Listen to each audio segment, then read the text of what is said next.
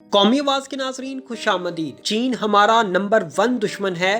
ہند بحر الکاہل میں کوآڈ کے ساتھ مل کر چین کو وہ سبق سکھائیں گے کہ نسلیں یاد رکھیں گی۔ جو بائیڈن آپے سے باہر ہو گیا۔ اطلاعات کے مطابق امریکہ کی جو بائیڈن انتظامیہ نے نئی دفاعی پالیسی میں چین کو نمبر 1 دشمن قرار دے دیا۔ کوآڈ کے ذریعے چین پر حملے کی تیاریاں شروع۔ یہ کوآڈ کیا ہے؟ کس فارمولے کے تحت جو بائیڈن اب امریکہ پر حملہ کرنے والا ہے؟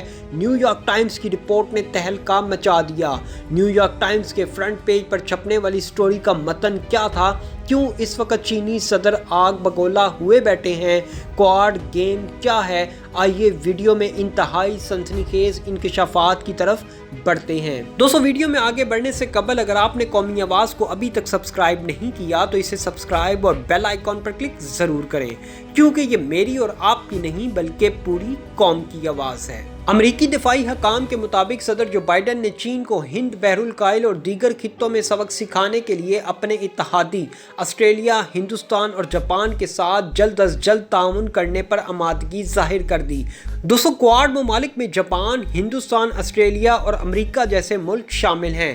چاروں ممالک نے 2017 میں ہند بحر الکاہل کے خطے میں چین کے جارحانہ رویے کا مقابلہ کرنے کے لیے کوآڈ یعنی 4 ملکی اتحاد بنانے کی تجویز کو قبول کیا تھا۔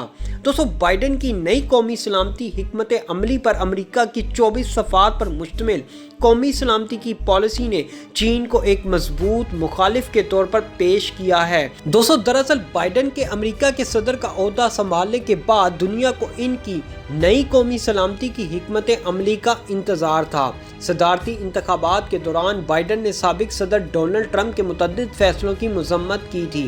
وہ خاص طور پر چین اور ایران کے بارے میں ٹرمپ کی جارحانہ پالیسی کے مخالف تھے۔ ایسی صورتحال میں اقتدار سنبھالنے کے بعد دنیا کی نظریں بائیڈن کی نئی قومی اور سلامتی پالیسی پر ٹکی تھیں، لیکن بائیڈن کی قومی سلامتی کی پالیسی میں چین کو امریکہ کا دشمن نمبر 1 سمجھا گیا ہے۔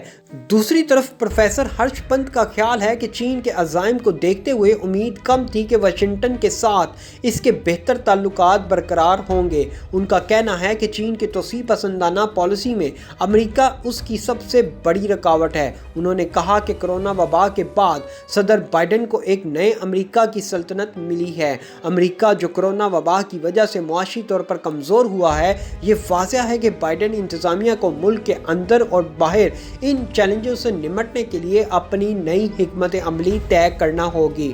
بائیڈن انتظامیہ کے لیے چین کو کنٹرول کرنا ایک بہت بڑا چیلنج ہوگا۔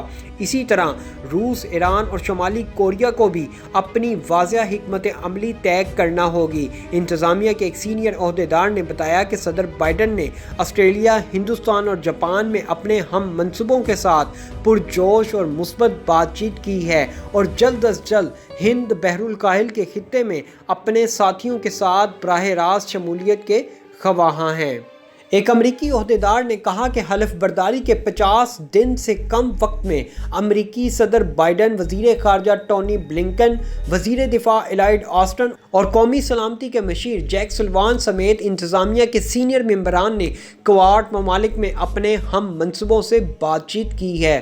دوستو، جو بائیڈن نے دنیا کے چوٹی کے 10 قائدین کو فون کیا، ان میں کوآڈ ممالک کے رہنما بھی شامل ہیں۔ انہوں نے جاپان کے وزیر اعظم یوشیہیدے سوگا، آسٹریلیائی وزیر اعظم اسکاٹ موریسن، وزیر اعظم نریندر مودی سے بات چیت کی۔ آسٹریلیا، ہندوستان، جاپان اور امریکہ گروپ بندی کوآڈ کے نام سے جانا جاتا ہے اور بائیڈن انتظامیہ اس کو مضبوطی دینے میں مصروف ہے۔ کوآڈ ممالک کے وزرائے خارجہ کا پہلا اجلاس ہو چکا ہے۔ دوستو، جو بائیڈن کی فتح چینیوں کے لیے ایک اور چیلنج پیش کر رہی ہے۔ شاید آپ کو لگے گا کہ ڈونلڈ ٹرمپ کی ہار سے بیجنگ کو خوشی ہوئی ہوگی۔ ٹرمپ نے چین کو تجارتی طور پر نشانہ بنایا تھا، چین پر کئی طرح کی پابندیاں لگائیں اور کرونا وائرس کے لیے بھی انہیں ذمہ دار ٹھہرایا تھا۔ لیکن کچھ تجزیہ کاروں کا ماننا ہے کہ اندر سے چینی قیادت اب مایوسی کا شکار ہو چکی ہے۔ اس لیے نہیں کہ وہ ٹرمپ کو پسند کرتے تھے، بلکہ اس لیے کہ وہ وائٹ ہاؤس میں ان کے مزید 4 سالوں نے امریکہ میں مزید خرابی کا امکان ختم کر دیا ہے۔